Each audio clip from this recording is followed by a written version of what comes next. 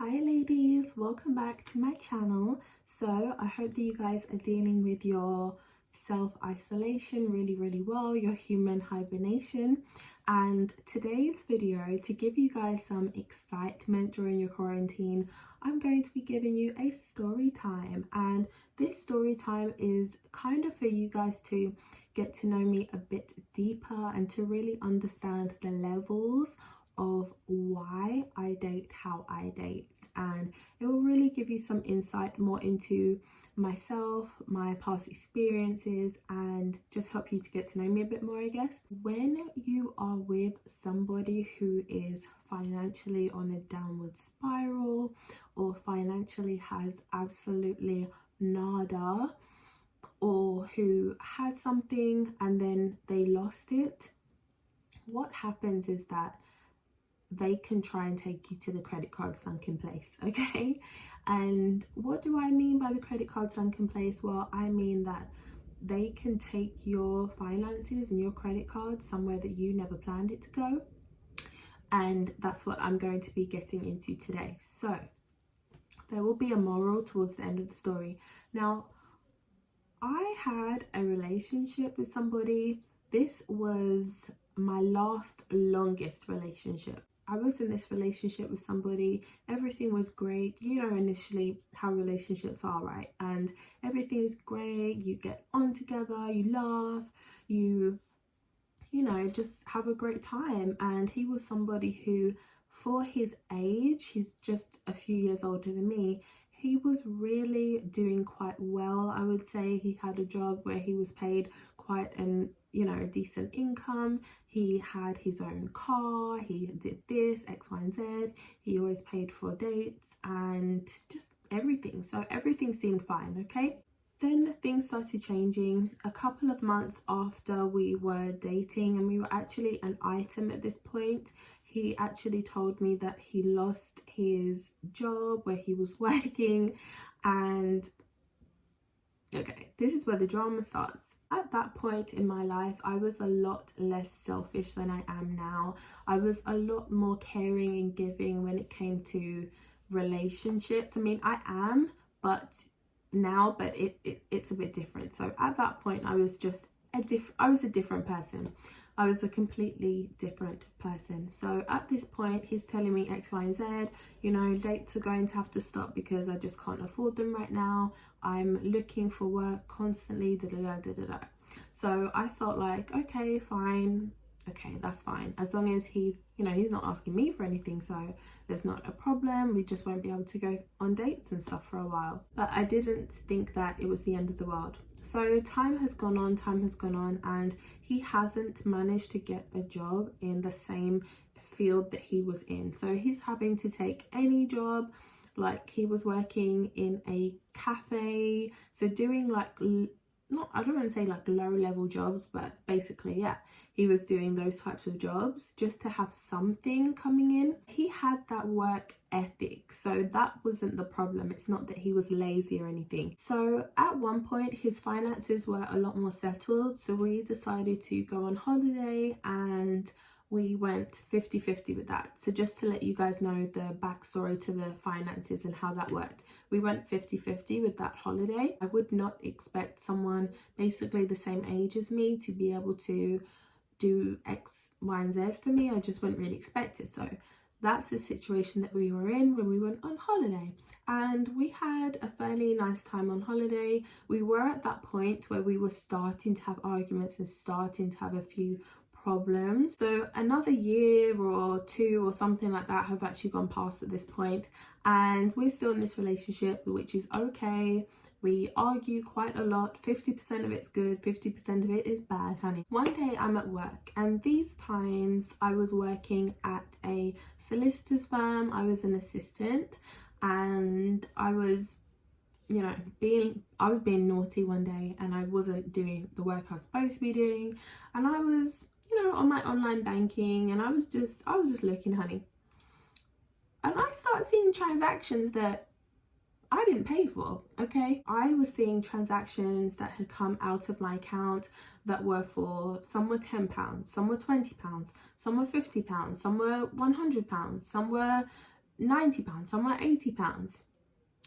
There were a lot of transactions that had come out, and it actually amounted to about £1,500 to £2,000. I was confused at what was happening, and at that time I was earning just about 1,500, just a tiny bit under, maybe about 1,400 or something. So that wouldn't be me spending that much money just like that. That wouldn't be me, because that was basically what I earned.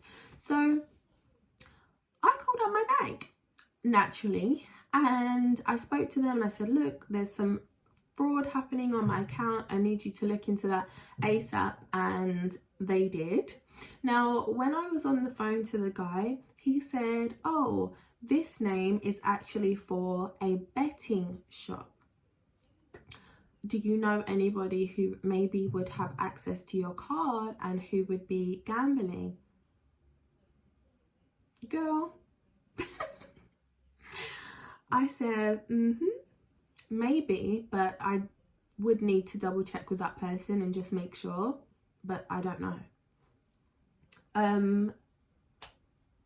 I got off of the phone, and I did think that it could have been the guy that I was with, because there was one point where he used my card for something. It was something really, really small. I think, or maybe I left it at his house, or he had it for a couple of days because I went there and I left it. It was something, I really cannot remember. But obviously at that time, when he had possession of my card, he decided to use my card and use my details and do online gambling with my money without asking, etc, etc. So we really spoke about this, and initially my first thing was, okay, we're done. So we were done, okay, and he was going to be paying me back. And he was the type of person that I didn't realize, because I'd never been with somebody who was like this before, but that was trying to manipulate me. So he was calling me and saying, oh, I'm going to do something, I'm going to take my life right now because I need you, you're not around, da, da, da, da, da. And I'm like, oh my gosh, you know, don't do that. Rushed round there, and he's in tears. And long story short, we end up getting back together on the basis that, I know some of you guys are like, shake my head, Ziva, shake my head. Yeah. So we got back on the basis that he would go to also Gamblers Anonymous meetings. He would be paying me back a specific amount every single month. So he was going to the Gamblers Anonymous meetings. He was paying me back, okay? And everything seemed like, okay, this guy had an issue. We're getting through it. Maybe things are going to be okay, but I'm going to take one day at a time, and I've got my eye on you.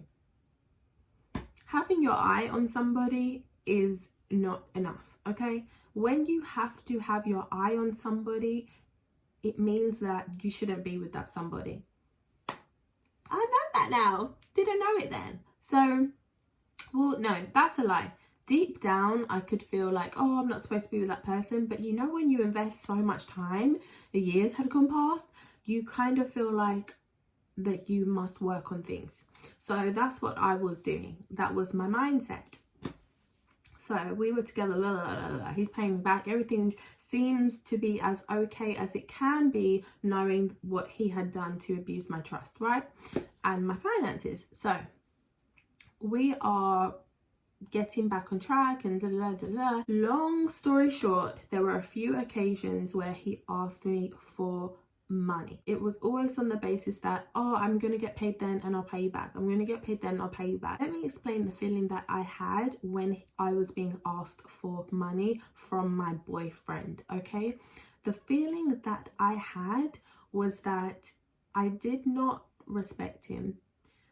I started to, I want to say hate, you know, deep down you feel like, ugh, you just feel disgusted with this man that is asking you for money.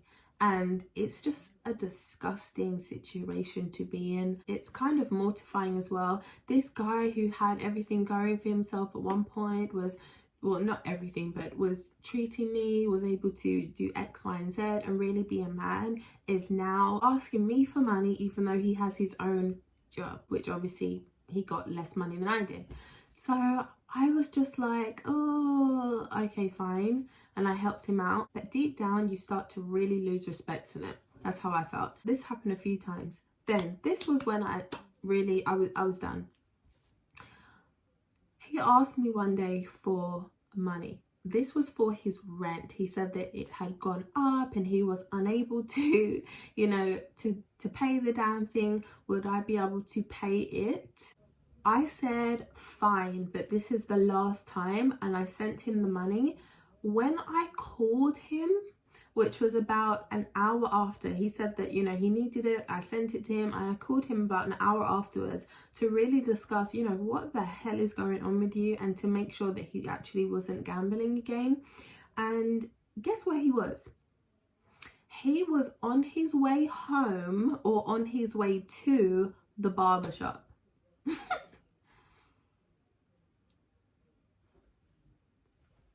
He's on his way to the barber's. So I'm paying for his haircut. No. So for me, that was the last straw. So I said to him, you're on the way, you getting your hair done with my money. And he said, oh, well, that's just a small bit that's coming out of it, or something like that. Guys, I was done. I was actually done. I hung up the phone, and I didn't even want to give him the decency to send him to break up with him in person, to do it on the phone. No, I was done. And that was the last straw for me, okay? And that took a long time. I mean, look how many things happened throughout that whole situation in that relationship. It was a lot, okay? And it took me up to there for that to be my breaking point, and I was waiting for my breaking point to come, and it finally did, and it really set me free. Because I felt like, not that, oh, he actually has a problem. It's not about the gambling. It's because he's taking advantage of me. He's mugging me off at this point. And it's not about the rent going up. I don't even know if that was true. I have no idea. But he was mugging me off. From then, that situation, it made me become a stronger person. It made me start to put my feelings and myself first, and that is what I do right now. So if I'm in a relationship with somebody, I don't put them anywhere in front of me. I put myself first, and that's just how it goes. Obviously there must be give and take, but you have to do what's right for you, and that is what that relationship taught me personally, which has been my worst relationship that I've ever been in. The relationships that I have been in the past have always been good ones, relatively. I mean, I was cheated on once, and that was with the woman that I was with. But besides that, I've had really good relationships, I would say. And that was my worst one. So it was about understanding, how do I deal with this in this situation? And I realized that the best way to deal with that type of situation with somebody like that, who is bringing you down and trying to take you financially, emotionally, and really physically, because I just felt drained into the trying to take you all those places into the sunken place. That is not somebody to be around, okay? And even if it's one of those things, even if they are dragging you emotionally to the sunken place, if they are dragging you financially alone, solely to the sunken place, that's not good enough. And that is the type of person that is not worthy to be in your life in the capacity that you are allowing them to be. And the only capacity that that type of person should be in your life is in the past, okay? It should be a distant memory somewhere back there somewhere, and you just don't even remember who they are. Some of you may be really surprised that I was in that type of relationship, but I'm pleased that I was, because it really took me from being so sweet and so forgiving all the damn time to really being somebody who I can't at this point in my life be messed with. If I'm in a relationship and somebody is disrespecting me, then there's going to be a problem and there are actually going to be consequences. And before, I felt like I was too understanding. And that can be a blessing and a curse. At this point, you guys probably understand, if you didn't already, the reason why and the levels to why my passion towards dating guys who don't need to take from you, and that have themselves, and that want to give to you, and that have to give to you. Because when you are in a relationship with somebody who is taking from their woman, they just become somebody who is, you're just unable to have any respect for them, and you start disliking them, and you realize that it naturally, you feel like you want to be provided for and protected. And some women are going to think, no, I like to provide for myself financially, but I still want to have a man who cares for me. Well, guess what? That is you still wanting to feel secure and still wanting to be protected in some way. You want your feelings to be protected by this man. There's still an aspect of that. Okay, so you can be as independent as you want. You can think that you are so independent, but at the end of the day, you still want a certain thing from a man who you are in a relationship with. And to a degree, it is a type of security, even in terms of their emotions towards you. You want to feel secure in that. I'm so happy that I actually had that experience. I'm very happy that I was in that relationship and that I have taken those lessons, because after that happened, I started sorting things out in my own mind, issues that I had going on, things that were bugging me from my past, things that I needed closure on, things that I needed self-closure on. I started to work through all of those things. My insecurities, I started to work through those, and I was really just trying to get my mind and myself in the best place possible. And if you are in a relationship and somebody is bringing you to that sunken place and you're allowing them to bring you there, there is something wrong with you. So I had to realize that, look, there's something wrong with me and I need to figure it out right now, because I'm not going to put myself in that situation again. Long story short, I did work through, I would say, everything. I mean, I'm in a place now where I don't date the wrong people. I date the right people for me. I don't have any bad friendships. I only have one friend, and she's in Brazil. She is a good friend to me, even though we are so far apart, you know. I don't do anything I don't want to do. I just live life for me. The whole moral of this story and story time is to tell you guys that when you're in a relationship with somebody who is a bummy boyfriend, who is financially unstable, who is mugging you off, who is trying to manipulate you, who's trying to X, Y, and Z, it can take a long time for you to bounce back. Look and see, look, what type of guy do I want? What type of guy should I be going for, so I don't have to go into these situations that Ziva was in? You know, you go for the guys who are already there. You go for the guys who are already there within their career, and then it allows them to actually give themselves to a woman emotionally. Because when men aren't where they want to be, most times already in their career, they can't think about marriage. They can't think about really taking a woman seriously, because they're still trying to make it. And they understand that that's what they need to do, the guys who actually want to make something of themselves. So it's about going for the ones who are already there and therefore emotionally available to give you X, Y, and Z. Had I not allowed myself to be in a relationship with this type of person, it means that I would never have been taken to the credit card sunken place in the first place. The emotional sunken place. It just wouldn't have happened. So it's about you guys doing the best thing for you, what makes sense for you, what's the best person for you to date in your life, so that you can have the best life possible, the best experiences in life possible. and just enjoy things. You only live once in this incarnation. What type of relationship experiences do you want? Do you want to go on gorgeous dates, go to beautiful places, lovely restaurants, go to the Caribbean? Do you want to go to Italy? Do you want to go skiing? Do you want to do all of these fabulous things that if you are with that bummy boyfriend, you just can't do? Unless you pay for him or you come out of pocket, and then it's not even as fun anymore anyway, right?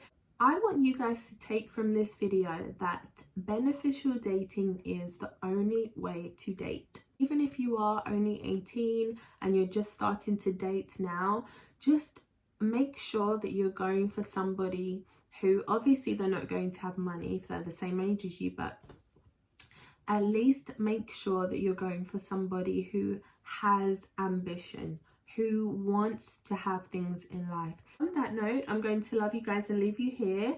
I would really want to ask you guys to share the damn video if you like it, and hit the thumbs up button as well. If you liked this story time, hit the thumbs up button so I know that you liked it, and then I can do more. And I'll see you guys in my next video.